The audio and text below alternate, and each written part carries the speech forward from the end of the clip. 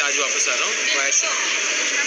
Sir Delhi से आपके पास कोई कॉल आया था क्या अभी, मतलब बीजेपी के साथ कुछ कॉल्स आए हैं, लेकिन मैंने अपना पोजीशन क्लियर रखा है कि गवर्नमेंट में बैठने के लिए 2-3 लोगों ने बात भी किया है, लेकिन हमें कॉन्स्टिट्यूशनल सोल्यूशन चाहिए।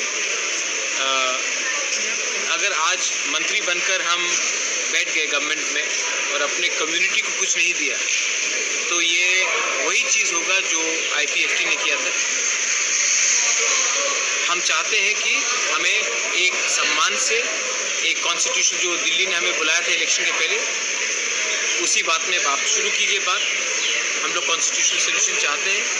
जब कॉन्स्टिट्यूशनल सोल्यूशन का बात होगा, उसी के बाद हम गवर्नमेंट के बारे में सोचेंगे, वरना बिना अपने 14 लाख तिपरासा को कुछ देकर अगर 2-3 लोगों को मंत्री बना दिया, तो ये हमारे तिपरासा, हमारे जनजाति के संग नाइंसाफी है। सर ओथ टेकिंग के बारे में आप लोगों का क्या डिसीजन है अभी?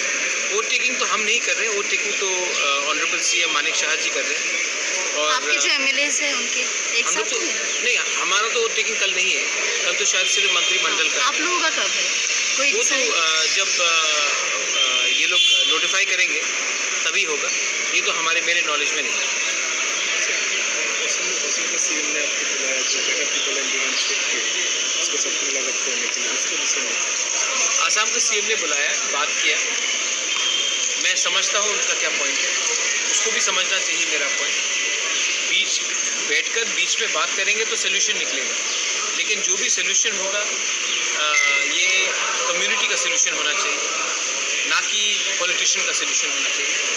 हम लोग 13 MLAs बन के आए हैं, और अगर किसी को लगता है कि 30% तिपरासा को छोड़कर अगर त्रिपुरा में वो लोग राज कर सकते हैं, तो आने वाले दिन में सबको प्रॉब्लम भी होगा। हम क्या चाहते हैं? हम भूमि पुत्र हैं, हम हानि पुसा हैं, हम अपना अधिकार चाहते हैं। आप हमारा अधिकार हमें दीजिए, सम्मान से दीजिए, हम बात करेंगे। अगर आपको लगता है कि सिर्फ ये अलायंस होगा सिर्फ क्योंकि मंत्री बनना है, तब अलायंस नहीं होगा। ये अलायंस तभी होगा